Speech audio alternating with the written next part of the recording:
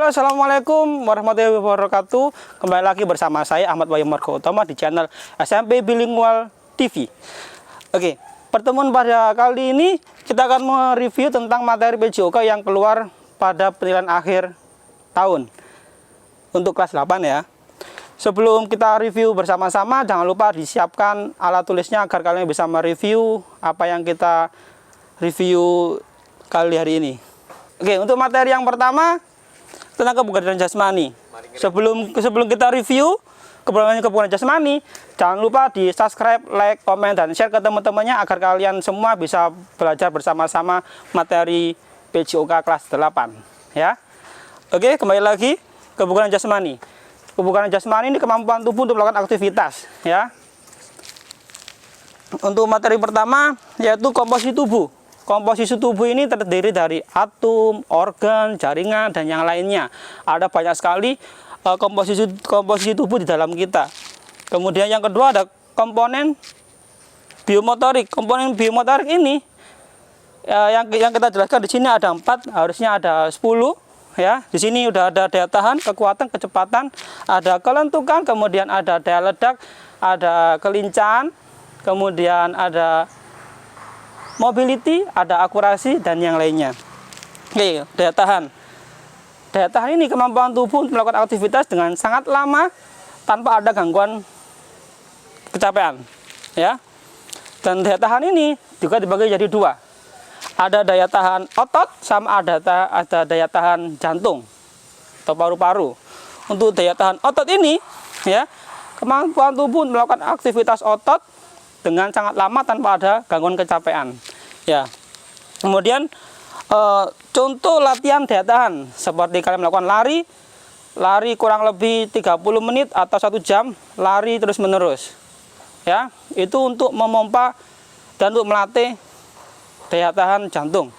Kemudian untuk melatih daya tahan otot, kalian bisa melakukan push up dengan lama. Semisal 60 detik kalian melakukan push up 1, 2, 3 sampai waktu 60 detik dan selesai. Itu untuk daya tahan. Kalau untuk kekuatan, kalian melakukannya 30 detik ya. Setelah itu ada B, yaitu yang kedua ini kekuatan. Kekuatan ini kemampuan tubuh untuk mengangkat beban sekuat-kuatnya tanpa ada gangguan kecapean ya. Kekuatan ini ada kekuatan otot lengan, kekuatan otot perut, kekuatan otot punggung, kekuatan otot kaki ya. Semisal otot lengan kalian bisa melakukan dengan push up atau plank, atau kalian bisa chest press atau gerakan push up seperti ini. Chest press juga seperti ini kalau kalian melakukannya dengan beban yang ada di gym biasanya. Kalau di perut kalian bisa melakukan dengan sit up, kalian bisa melakukan dengan crunch ya. Yang kedua punggung bisa dengan back up. Yang kaki kalian bisa melakukan dengan naik turun tangga seperti itu. Nah, untuk mengukur ini kekuatan ini kalian bisa menggunakan push up 30 detik untuk mengetahui seberapa kuat kalian.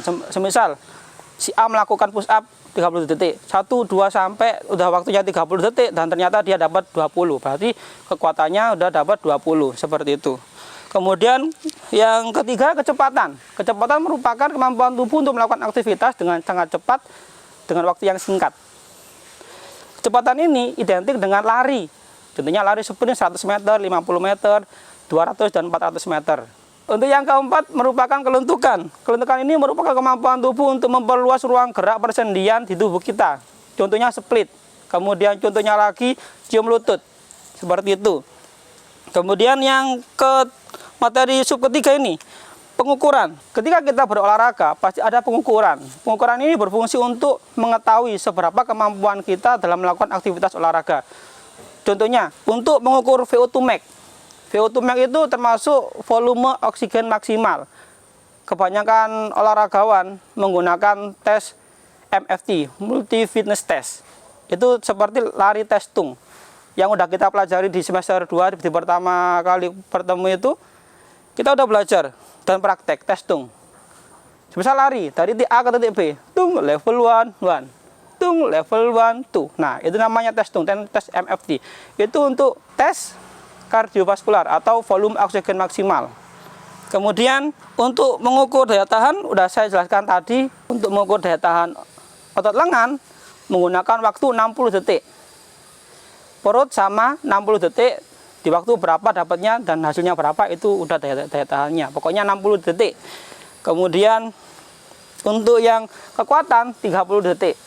Itu sit up, push up, back up, itu 30 detik. Kemudian untuk mengukur intensitas latihan kita bisa menggunakan yaitu DNM. DNM itu apa? DNM itu termasuk denyut nadi maksimal, ya. Kemudian ada rumusnya. Untuk mengetahui DNM kita menggunakan rumus 220 dikurangi umur.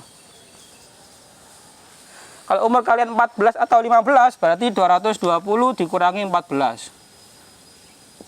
Seperti ini hasilnya. Berapa? 206. Kemudian ada lagi untuk mengukur intensitas ringan, berat, dan sedang. Ya, ini untuk pengukuran intensitas kita latihan. Misal muda, ringan. Menggunakan 75% kali DNM. Sedang 85%.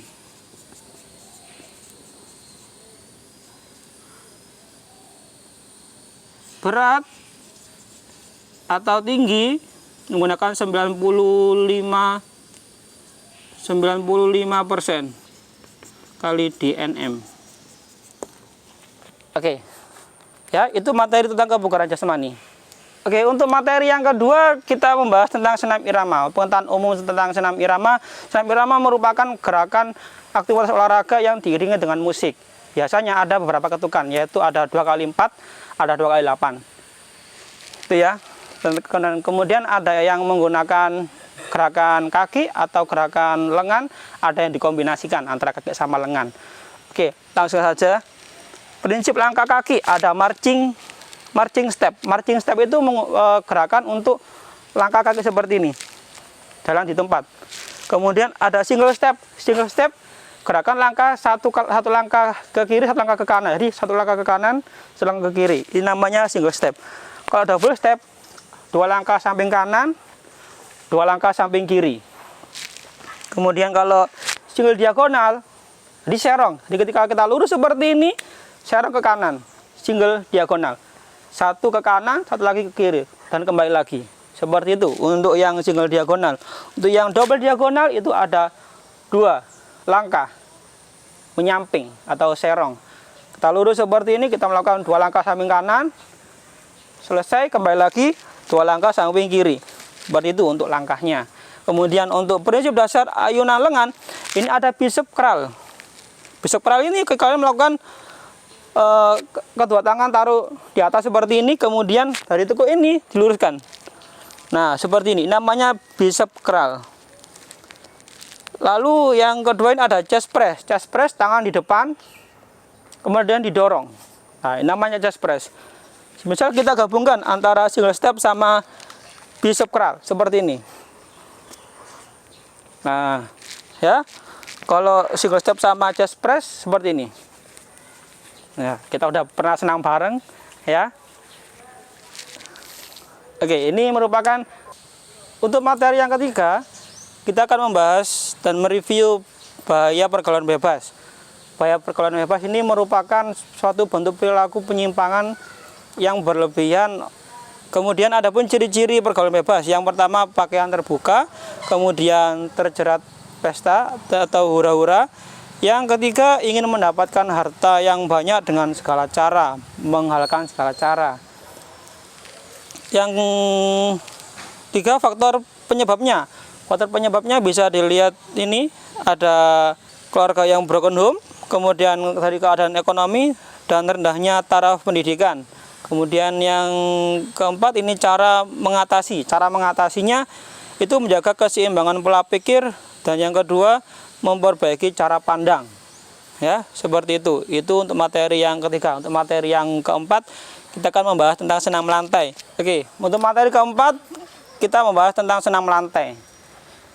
Oke, jenis-jenis senam lantai seperti udah yang kalian ketahui, ada guling depan, jongkok, guling depan berdiri, ada roll atau guling belakang jongkok, guling belakang berdiri. Kemudian ada lagi split atau sikap pesawat terbang, handstand, meroda, lompat harimau, dan yang lainnya yang sudah kita pelajari ya. Kemudian untuk manfaatnya, manfaat untuk senam lantai tersebut berfungsi untuk menambah kualitas tubuh kita biar lebih bugar, kemudian memperluas ruang gerak persendian kita karena ada latihan split, yaitu untuk kelentukan. Untuk yang ketiga, untuk membuat kita menjadi lebih positif dalam berpikir. Kemudian prinsip gerak, contoh prinsip gerak guling depan jongkok. Guling depan jongkok, untuk posisi pertama, kalian harus jongkok dulu. Setelah kalian jongkok, tempelkan dada ke lutut. Setelah itu, taruh kedua tangan 40 cm di depan kaki. Setelah itu, agak ditekuk kedua lengan, lalu didorong oleh kedua kaki dan berguling ke depan. Itu untuk melakukan roll depan atau guling depan. Untuk teknik yang lainnya bisa kalian pelajari di buku LKS atau yang lainnya. Yang keempat ini cara membantu. Contoh cara membantu handstand atau gerakan di mana tangan sebagai tumpuan, kaki yang di atas, berarti badannya dibalik. Oke, cara membantunya, kalian berada di depan teman kalian yang akan melakukan gerakan handstand. Setelah itu teman kalian melakukan gerakan dan mengainkan kedua kakinya ke depan kalian. Setelah diainkan tersebut, kalian harus bisa menangkap dengan erat dan kuat agar teman kalian tidak terjatuh. Nah, itu cara untuk membantu gerakan handstand pada teman kalian. Ya, seperti itu. Untuk cara membantu gerakan yang lainnya kayak guling depan, cara membantu seperti apa, itu bisa kalian pelajari di buku atau di web atau di media yang lainnya. Oke, itu merupakan review PJOK kelas 8 yang udah kita review bersama-sama. Sebelum itu jangan lupa di subscribe, like, komen, dan share ke teman-temannya. Jangan lupa tetap belajar dan teman-temannya diajak untuk belajar PJOK agar nilai PJOK kalian sangat memuaskan dan bagus. Oke, terima kasih itu dari saya. Jika saya ada salah kata atau perbuatan, saya mohon maaf. Terima kasih, saya akhiri. Wassalamualaikum warahmatullahi wabarakatuh. Bye. Wis, bro.